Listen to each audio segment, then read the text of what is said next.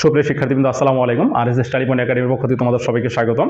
তো আজকে আমরা শিখব HSC ICTর দশমিক থেকে কিভাবে বাইনারি, অক্টাল এবং হেক্সাডেসিমালে রূপান্তর করা যায়।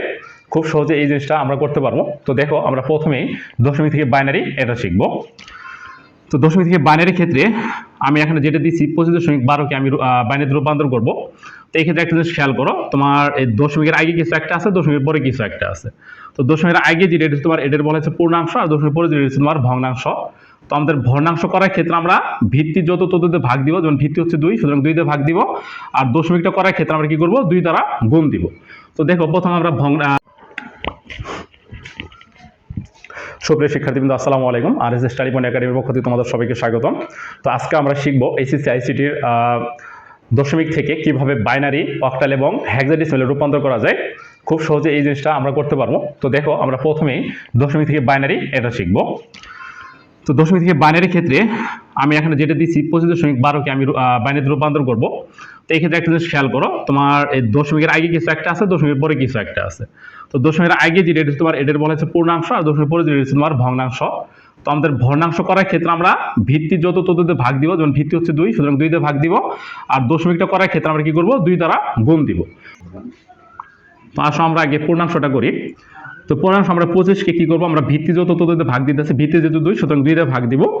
তাহলে ভাগ দেওয়ার পর কি করবো, আমরা ভাগফলটা লিখবো এই জায়গায়, আর ভাগশেষটা দাগ দিয়ে এই পাশে লিখবো। যেমন 25-এর ক্ষেত্রে ভাগফল আসবে কত, 12, 12 দোকানে 24, আর হাতে থাকতেছে 1, অর্থাৎ ভাগশেষ এই পাশে লিখবো। এখন আসো আবার 12কে 2 দিয়ে ভাগ দাও, তাহলে কত বাবা, 6 দোকানে 12 মিলে গেছে, সুতরাং ভাগশেষ হচ্ছে 0, মিলে গেলে ভাগশেষ 0 হবে, না মিলে ভাগশেষ 1 দিবা। আবার আসো 6কে ভাগ দাও 2 দিয়ে, তাহলে 3 দোকানে 6 মিলে গেছে, মিলে গেলে 0। আবার এখন 3কে 2 দিয়ে ভাগ দাও, তাহলে 2কে 2, আর ভাগশেষ থাকবে হচ্ছে কত, 1। আবার লাস্টে কি করবা, এই 1কে 2 দিয়ে ভাগ দিয়ে এই জায়গায় বসবা 0, আর এই জায়গায় দিবা 1।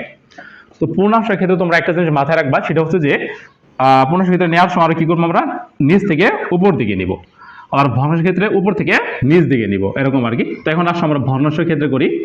তো ভগ্নাংশের ক্ষেত্রে আমরা কি করব, আমাদের কথা ছিল কি, এই মানটাকে আমরা 2 দ্বারা গুণ দিব।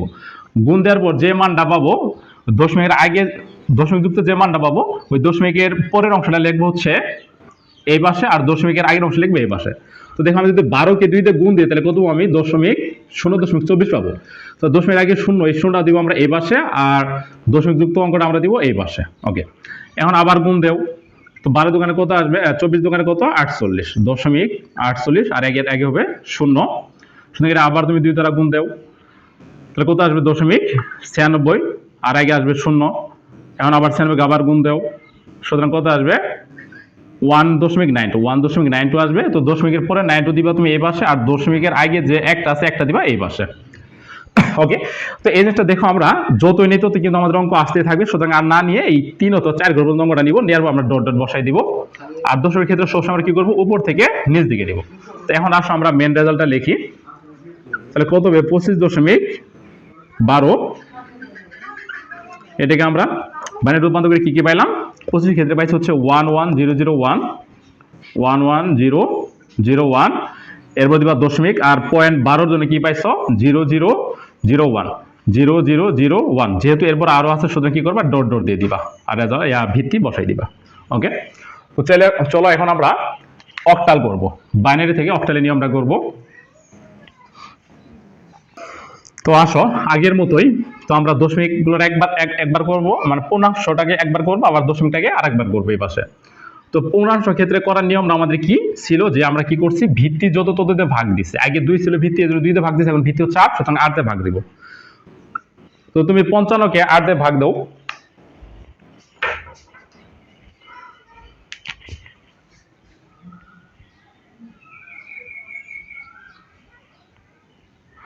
তো দেখো, যদি 8 দিয়ে 50কে ভাগ তুমি কত পাবা, ভাগফল পাবা হচ্ছে, মানে 6 8 48, 6 8 48, 7 8 56, তো 6 বার যাবে। তাহলে 48, 55 থেকে 48 গেলে কত থাকবে, যা থাকবে তা এখানে বসাই দিবা। এরপর দেখো, আবার 6কে 8 দিয়ে ভাগ দিবা, যেহেতু 8 6 মধ্যে যাবে না, এই জন্য কি করবে, এই জায়গায় দিবা 0, আর 6টা দিবা এই পাশে। ওকে, এটা গেল পূর্ণাংশ ক্ষেত্রে। এখন আসো ভগ্নাংশ ক্ষেত্রে। ভগ্নাংশ একদম ইজি, কি করবা তুমি, ওই যে গুণ দিবা, কত দ্বারা গুণ দিবা, ভিত্তি যত তত দ্বারা গুণ দিবা। যেহেতু ভিত্তি হচ্ছে 8, সুতরাং আমরা 8 দ্বারা গুণ দিলাম। গুণ দেওয়ার পর সেম আগের নিয়মেই দশমিক দশমিকের পরের অংশ দিব এই পাশে, আর দশমিকের আগের অংশ দিব কি এই পাশে। তো দেখো 8 দ্বারা গুণ করলে কত পাবা তুমি? 0.64 পাবা, 0.64। তো 0 দিবা এই পাশে, আর 0.64 দিবা হচ্ছে এই পাশে। পরে আবার 64কে 8 দ্বারা গুণ দাও,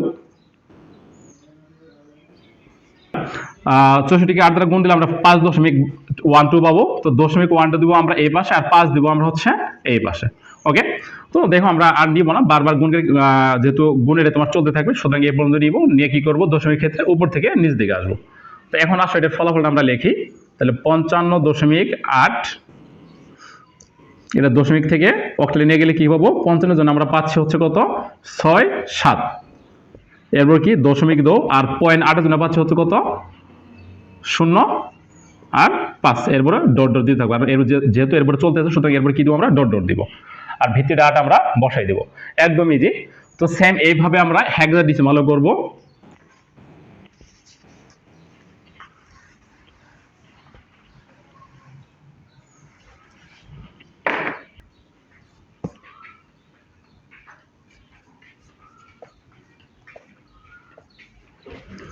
তো দেখো প্রথম আমরা পূর্ণাংশটুকু নিয়ে করি আমরা 85।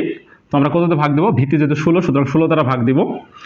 তো 16 দ্বারা ভাগ দেবো, ভাগ দিলে কত পাবা,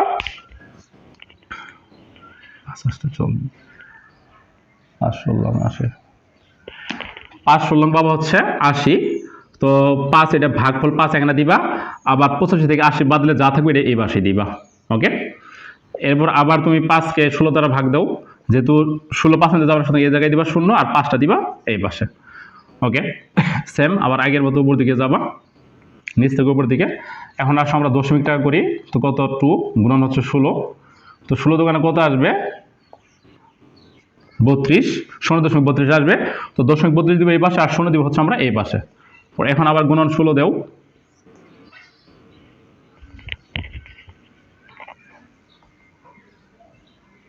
ছয় থেকে 12 দিয়ে থাকলো 1 3 4 আর 1 2